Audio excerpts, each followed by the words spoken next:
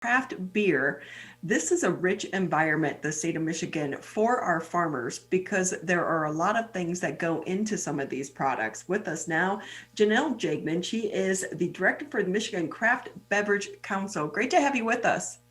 Hey, thank you. I appreciate the opportunity.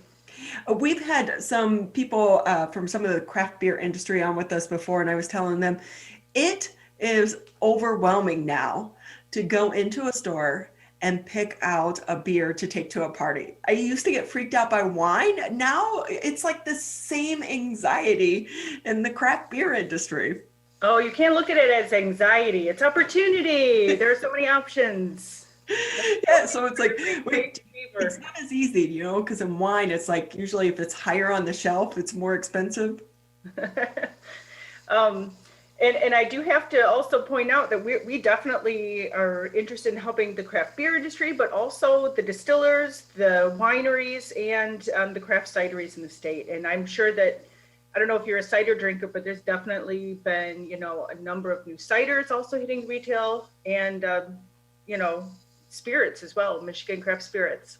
And all of this actually starts with our farms.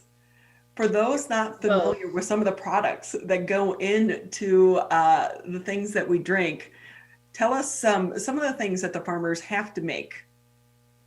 we have that's one of the reasons why Michigan's craft beverage industry is growing is because we have, I mean, we're traditionally an agricultural state, we have the ability to grow a number of different products, and because of our climate, we've, I'm sure, as you know, you're a wine drinker, we grow wonderful wine grapes. This Great Lakes climate allows us to plant some of those higher class wines, like the Pinot Noirs and Chardonnay, and of course Riesling. Michigan does awesome Riesling, Merlot. And so a lot of these types of high quality grapes are grown right around sort of the rim of the Great Lakes region, although we're also growing grapes all over. But in addition to grapes, we're doing cider apples, of course. We do hops in state. We do great grains. We're doing barley and wheat and rye that's used in craft distilling and malting for beer making. So, I mean, really across the entire craft beverage sector, Michigan has kind of a leading voice in some of the agricultural products that are going into it. Yeah, the craft beer industry has really exploded here in the state of Michigan, but also across the country now as well. Is the market getting a little bit saturated, do you think? No, I don't think so because the flavor profile and the consumer demand isn't stopping.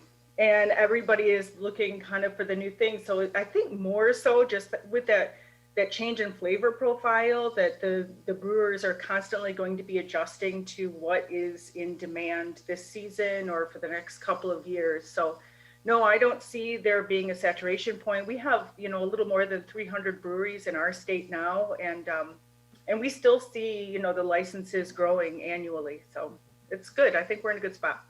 In the beginning, it seemed like the craft beer industry was a small group, but now some of these big companies, beverage companies, are also getting involved. Is that squeezing out the little guy? No, I mean, there are challenges on both ends. There are challenges to being a really big producer, and then the small producer has different issues. But part of what makes them special, especially for these smaller ones, is that they're really community-based businesses. So these smaller craft beer producers, even though they may not have the same range of distribution, they're the companies that are helping to support your town's baseball games. They are providing jobs. They're providing a community space where people need to have a fundraiser or have an art installation or something like that. So the smaller craft beverage producers in our state definitely have an important role that is rooted in jobs, and it's rooted in community. How's the industry doing right now in the middle of the crisis? You know, it's um, it's different kind of for each of the different segments, and so there are challenges that we have as far as you know being, of course, able to welcome people into tasting rooms. But we have had, actually, the Michigan wineries, for the most part, saw an amazing year for growth. And part of that is because their, connection to agritourism. So when people over the summer were looking to get out and experience an outdoor uh, adventure, they would go to the wineries, and the wineries in many cases have acres of space to be able to welcome guests to walk around and do their sampling. So uh, coupled with excellent weather, and also a really, really wonderful growing season, some of the businesses did quite well. And also, we can't discount the retail sales. I mean, people were doing a lot more, at home sampling. And so those that are in retail did a lot better this year as well. I like how you put that. They were doing more at-home sampling. We're drinking like cautious. Go ahead. I also, we went to Traverse City in September. We were supposed to go to Italy this year, but it got canceled. And we were so looking forward to, going to the vineyards and everything, and we couldn't go. So we went up north. And really, it is a beautiful experience that sometimes we forget about some of the things that are in our backyard. You don't have to go to Italy. You don't have to go to the south of France to enjoy great wine and also get the experience of going through some of the vineyards. And we did do like one of the cider vineyards as well. And like you said, I was so surprised how busy it was up north this past summer. Yeah. Yeah, no, I spoke with some of the wineries up there, throughout the summer, and they said that not only guests like yourselves who were spending time there who had other vacations that were canceled. It's funny how many times I actually heard that, but also folks that either have second homes up north or people that just found ways to stay up north. A lot of people were working remotely, and so they were able to kind of live their lives wherever they wanted to. And yes, Northern Michigan was a very busy place this summer. Jenelle Jagmin with us here on the MegaCast. She's the director for the Michigan Craft Beverage Council. With that, what do you see is the future of this industry for the state of Michigan? Growth, nothing but growth. We have, as I said, the agriculture here. We have a history of manufacturing success. People in Michigan are innovative, creative about business. We have excellent transportation to, markets around us here in the Great Lakes and, the entire state, the entire country. So, I mean, I don't see anything but growth for Michigan's craft beverage industry. So as you mentioned, we had beautiful weather this past year. But that's one thing about farming. You're reliant on Mother Nature as well. Mm-hmm. Yeah. Yep, absolutely. And that has presented challenges in the past. It will in the future. One of the things that our program does, the Michigan Craft Beverage Council, is we support research. And so a lot of times that research is figuring out how we can change our agronomic practices for hops or grapes or any of these other inputs in order to sort of mitigate those challenges in the future. So we're definitely, the industry is looking to the future and how we can always be present and persistent with our growth. So for some of these industries, though, while we're drinking more at home, the restaurants, it has been a roller coaster ride. Up, down, up, down. Everyone's looking forward to the first again. What is the thoughts and the feelings for some of the people in your industry right now? From the businesses that I've spoken with, everybody is very encouraged by the idea of reopening their tasting rooms again. And I can't stress enough the amount of, attention to detail and seriousness they take safety protocols. They are very serious about the mask enforcement and cleaning.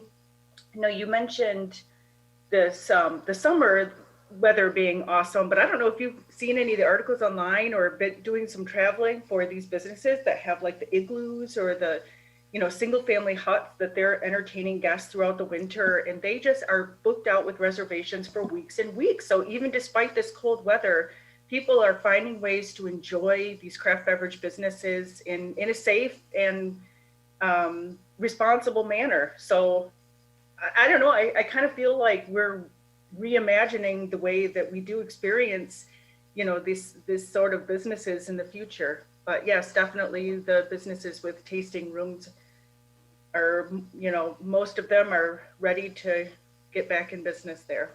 Yeah, I don't think the igloos are going to be going away at all. They've I been don't so think so either. successful. Yeah, it's pretty cool.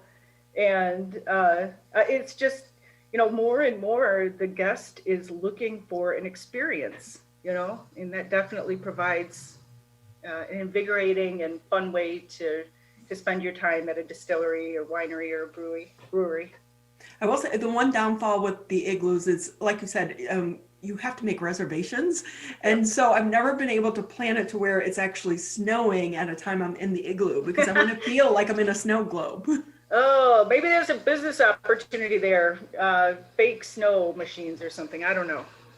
So I know right now there's been such a huge push across the state, local, local, local, local. Hmm. Has that helped some of these craft breweries? Yeah, I mean, I would think so. And not only just like supporting local, supporting your community, local business, but also when you travel to any of the, anywhere around Michigan, when you're supporting that community's local, you're experiencing the flavor of that area. So if we go down to Southwest Michigan and visit a winery or a cidery or brewery down there, like it has its own flavor. It has its own, distinct qualities that you're experiencing there. So yes, there's a drive to support local that includes the flavors that are grown in that local region, but also the tourism element of experiencing your neighbor's local. So I don't see that going away either. Have you seen anyone that was maybe into this industry and the craft beer or even the craft drinks as well? I did a tour for Detroit Distillery, and they Hmm. have an interesting, fascinating story. And they started in the craft beer industry, and then it was getting so popular that they switched over to the craft, spirits. Yeah. And so, but have you seen more and more people during the pandemic maybe want to try to take it from a hobby that was happening in their backyards or in their basements to trying to make it a business? You know, that has to be happening because, as I said, the license numbers keep going up. And of course, we know that this time during the pandemic, we've all sort of honed our hobbies. We've had some time to work on them. So that's possible, but I also have seen a number of businesses that are sort of crossing over. So they maybe started out as a winery and now they're adding a still and picking up some distilling qualities, or adding a brewing line, something like that. So I think that there is definitely an emergence of new faces in the field, whether that's from hobbyists or existing businesses. What do you think is going to be a positive that's come out of the pandemic for your industry? Um, to kind of expand on what you said, that support for local. So all of those people that were out visiting the craft beverage businesses this summer because they wanted to try something new and they wanted to be able to get outside, our hope is that those people are now going to be coming back year after year after year. And so there are a lot of businesses that said that they made new relationships this year with customers, more new ones this year than ever before. And so we're just hoping for, one of the outcomes of this is just a wider customer base and being able to share our story about Michigan Craft Beverage with more and more people. As that market continues to grow, is it harder for some of these smaller companies to get their name out there in the midst of, this explosion of the craft beer industry? Possibly in the distribution end, but again, if you're looking at your community-based brewery, then it's pretty easy for them to make their connections locally to be able to get out the name and make a name for themselves. I know since you had mentioned that more people are drinking at home, one of the issues early on in the pandemic had to do with a shortage of aluminum. Hmm. So some of the companies couldn't make the cans to be able to get it to people at home. Is that still an industry, or are there any other kinks in the distribution line because of the pandemic? Yeah, that's a great question. So it's still an issue, and I don't know how long it will be an issue, but it's something that we're thinking about. So you definitely, those smaller producers are relying more on bottles, and so it's always good to make a bottle purchase if you can. But you know, we'll figure out that supply chain issue as we go along, but it's definitely on our radar. Well, here's a suggestion for everyone. I always Tell take the me. bottles and I collect them from like our local bars and stuff instead of them throwing them out. And I get the fairy lights. And then you take the label, you soak the label off, and then you put the fairy lights in them, especially because some of the bottles are really getting very pretty, so Yeah. it's a good way and a good second use I'd for like to those see one booze of bottles. those. You have to show us one sometime. I will. I will. It's the hardest thing was trying to figure out how to get the label off with Yes. as least amount of work as possible. And I found it's OxyClean. Okay. Yeah, I've done that Google search myself. See, I'm not alone with that. Janelle, anything maybe I didn't ask that you want to add before we let you go today? I think that you asked a lot of great questions, even coming down to the supply chain and aluminum cans. So good job on that. I appreciate the time and happy to talk to you anytime. Well, we look forward to the day that you can come down. Maybe we can have a drink in an igloo and, while it's snowing on top of that as well. Yep, that sounds idyllic. Because we won't have to do a reservation 3 weeks out. Very good. Well, thank you so much. Well, it's great having you with us. If people want to get more information about the council, how can they do so? MichiganCraftBeverage.com. And we also we're on Instagram, Facebook, and Twitter. So that's another good way to find us. Great. Well, thank you again for your time. We appreciate it, and happy weekend to you. Hey, thanks. You too. Take care.